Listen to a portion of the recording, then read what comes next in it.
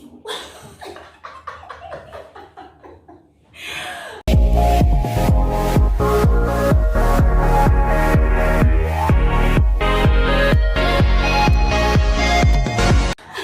Hello, j'espère que vous allez bien. Je suis ravie de vous retrouver pour une nouvelle vidéo et je suis accompagnée de Régine. Hello les abonnés d'Abiba, j'espère que vous allez bien. Bon, moi c'est Régine, comme elle l'a dit, j'ai 17 ans et voilà. Régine, c'est une abonnée qui m'a vraiment soutenue depuis le début de Instagram, depuis le début de YouTube. Et du coup, c'est devenu comme une petite sœur. À 17 ans, elle a déjà créé son association. J'ai créé une association autour de l'éducation des enfants en Afrique qui s'appelle Notre Amour pour l'Afrique, que vous pouvez d'ailleurs retrouver sur Instagram. L'association consiste à collecter les fournitures scolaires pour aider les enfants en Afrique, et aussi, si les moyens nous le permettent, on aimerait bien faire de la prévention sur les infections sexuellement transmissibles en Afrique. Aujourd'hui, on a décidé de vous faire une vidéo. C'est une vidéo de sensibilisation autour de l'excision. Il y a beaucoup d'associations, il y a beaucoup de personnalités qui en parlent, qui osent en parler parce que, comme je dis souvent, il y a beaucoup de tabous en Afrique, dans la communauté africaine. Et du coup, je trouve ça vraiment formidable qu'il y ait beaucoup plus de voix qui en parlent. Et du coup, nous, aujourd'hui, le but vraiment, c'est de parler déjà qu'est-ce que c'est que l'excision. C'est une violence faite aux femmes. Notre vidéo justement consiste à faire cette sensibilisation-là, de dire attention, mais quand on fait ça, en fait, il y a telle conséquence qui peut avoir lieu par derrière. L'excision, c'est quoi? C'est une mutilation sexuelle féminine. L'OMS, l'Organisation mondiale de la santé, distingue 4 types de mutilation sexuelle. Exemple, il y a l'excision, c'est l'ablation partielle ou totale du clitoris et des petites lèvres avec ou sans ablation des grandes lèvres. C'est vraiment c'est choquant pour moi déjà tout ça. Et il y a aussi la clitoridectomie, c'est l'ablation partielle ou totale du clitoris. Pour moi, c'est carrément l'agression parce que c'est rentrer vraiment dans l'intimité de la femme.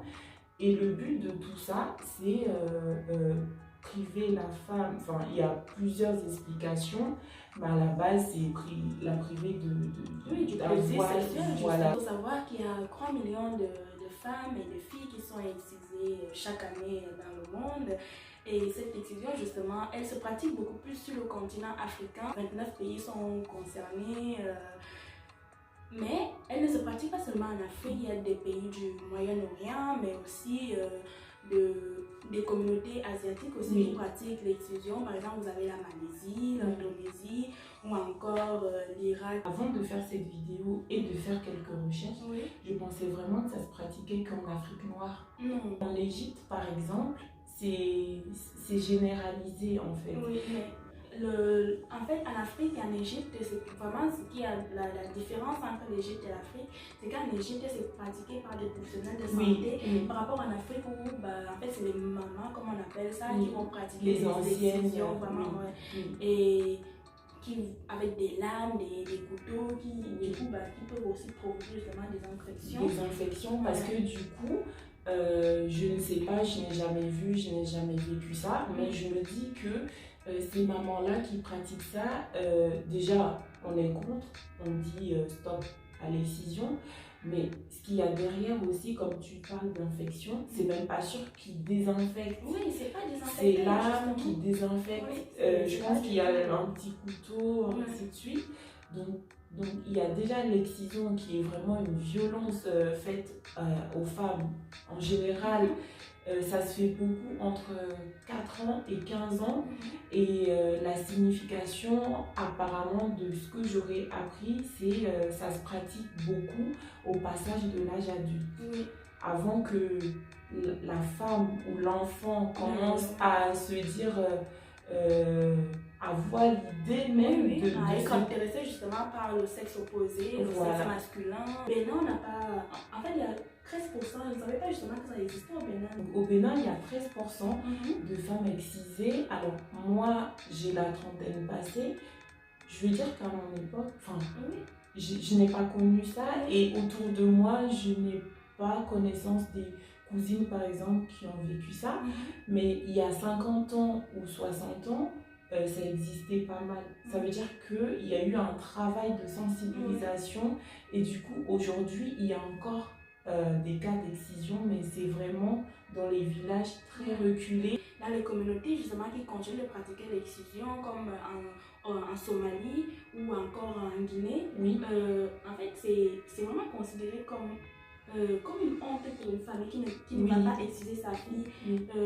Même comme on le disait, tu vas même être considéré comme quelqu'un qui ne respecte pas justement la norme sociale qui est imposée. Parce que c'est comme une loi qu'on met, allez, tu dois exciser ta fille, sinon elle ne pourra pas aller en mariage. Elle ne pourra pas trouver un mari. Elle est considérée comme impure justement par la société et même par les hommes qui eux-mêmes aussi continuent justement de soutenir encore aujourd'hui l'excision, de dire en fait, moi je ne peux pas épouser une femme qui n'est pas excisée. Il faut aussi entendre ce côté où à l'époque il y a beaucoup de femmes ou de jeunes femmes qui demandaient à être excisées parce que c'était vraiment une norme sociale.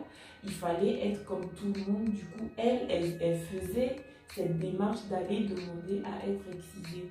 Mais aujourd'hui, avec toutes les informations qu'il y a, tout ce qui se passe, on comprend que derrière l'excision, ça peut créer beaucoup de problèmes. Il y a l'hémorragie, comme tu dis, les infections et même la mort. Les femmes qui malheureusement mettent au monde un enfant et qui décèdent juste après parce que c'est vraiment hyper difficile. D'ailleurs, je vous conseille le livre de Waris Diaris qui décrit vraiment l'excision. C'est grâce à elle que moi j'ai découvert ce sujet, sinon je n'avais pas du tout idée de quoi ça parlait. Des femmes qui mettent au monde et qui n'arrivent justement pas à uriner, qui n'arrivent pas à uriner comme vraiment nous, où on n'est pas excisé, où on connaît justement, on connaît ce plaisir-là d'uriner normalement, alors qu'elle ne pouvait pas le connaître parce que ça lui faisait justement très très mal. Et du coup, j'ai vu qu'au Cameroun, vraiment, il y a beaucoup d'évolution parce qu'il n'y a que 1%. Mais c'est bien. Mais au Cameroun, 1%, mais ça reste quand même 1%, quoi. On dirait qu'il existe 0%. Mais je dis que c'est bien par rapport au Bénin où il y a 13% et d'autres pays où on trouve 98% ou 99%. Je me dis, mais c'est vrai que on aimerait que d'ici quelques années qu'il y ait 0% en fait. Oui, c'est ça. Et je pense qu'au Cameroun aussi, c'est grâce justement à la plupart des pays comme la Somalie, l'Égypte ou encore le Mali qu'on a cité tout à l'heure, c'est des pays qui sont très très marqués par justement l'islam, par la religion musulmane. L'excision est justifiée de différentes manières par des gens qui la pratiquent. D'abord la tradition culturelle dans certaines communautés pour justement faire durer cette tradition. On va dire, on va continuer à pratiquer l'excision pour ne pas perdre la tradition et aussi protéger justement l'identité culturelle qui est derrière. Donc ça repose sur les traditions, c'est-à-dire c'est vraiment, ça a été fait depuis des millénaires et on ne sait pas pourquoi on devrait changer une norme qui existait depuis des années et des années. Je pense que pour commencer à travailler sur ça, c'est d'aller rencontrer ces personnes et être dans l'échange. Parce que c'est vrai qu'une tradition qui dure depuis une culture qui est ancrée, c'est dur d'aller voir les personnes du jour au lendemain et de dire arrête.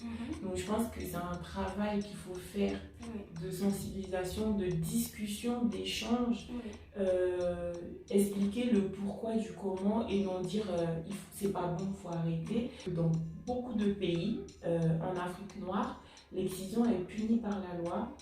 En France aussi, mais dans plusieurs pays, l'excision est vraiment punie par la loi et du coup, il y a ce côté où on va sensibiliser et aussi on va dire aussi à ces mamans qui pratiquent, je parle essentiellement de l'Afrique noire, pour dire que c'est puni par la loi, ça crée telle chose pour la santé et du coup, ce serait bien d'arrêter, mais dans la bienveillance.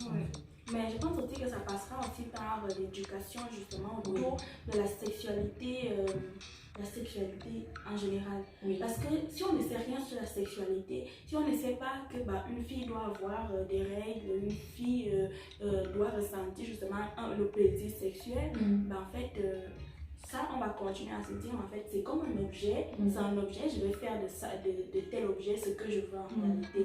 Donc, c'est vraiment réduire la femme à un simple objet. Alors, elle devrait vivre sa sexualité pleinement comme nous tous aujourd'hui. Moi, une amie à moi qui est en train de me dire, elle est partie en voyage en Guinée, on lui dit, elle va partir en vacances. Pendant les grandes vacances d'été, elle lui dit, on va partir en vacances en Guinée. Au final, elle est revenue, elle était excisée. Parce que l'excision, vu qu'elle est interdite en France, même les communautés africaines qui vivent en France vont aller avec leurs enfants en vacances en Guinée, au Mali ou encore en Somalie, justement pour les exciser là-bas. Donc, au final, l'enfant est vraiment...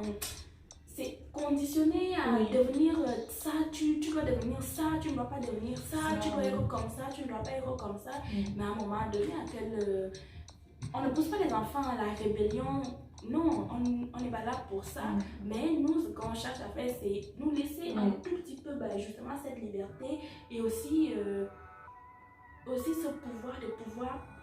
pouvoir de discuter avec nos parents de choses, et d'autres, pas seulement de l'école, pas seulement de maman, est-ce que je sais faire manger, mais aussi discuter du corps humain, de la femme que je suis en train de devenir ou de l'homme que je suis en train de devenir.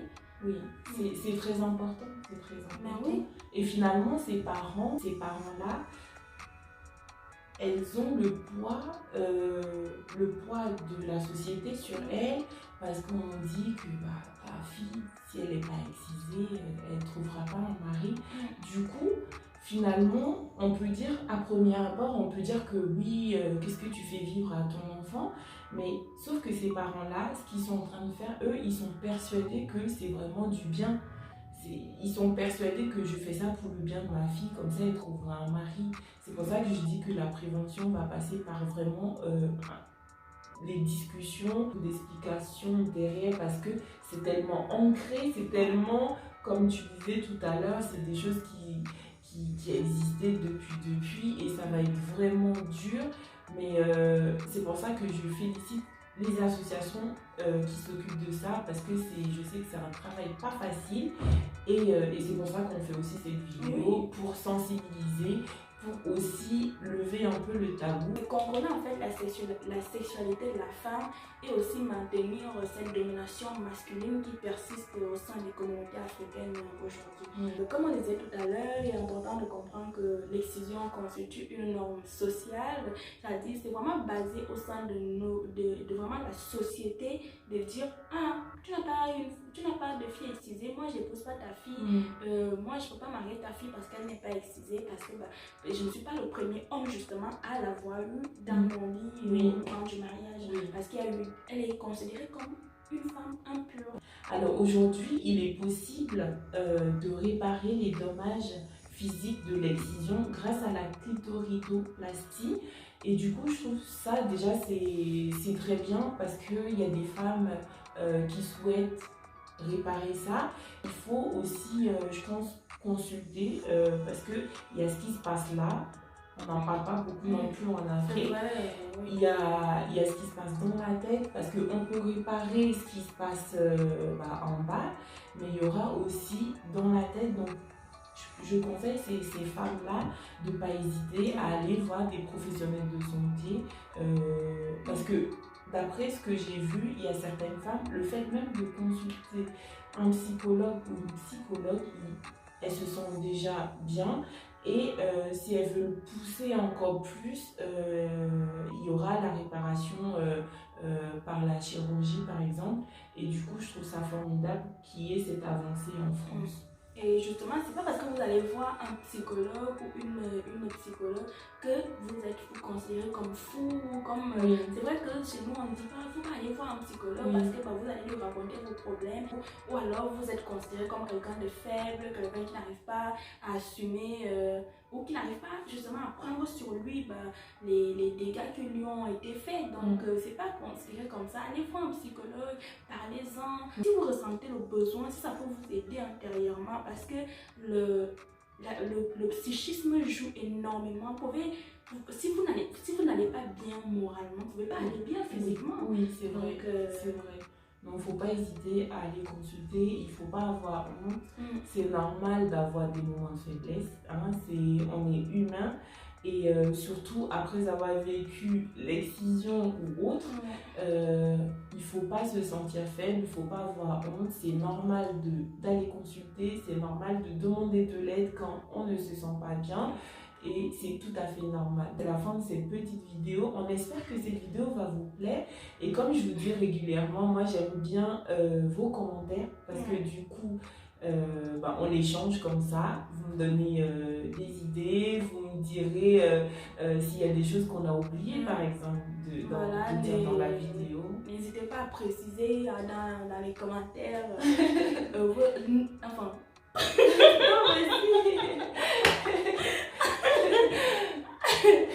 N'hésitez pas à nous poser toutes vos questions dans les commentaires. Je pense qu'Abiba va vous répondre avec plaisir.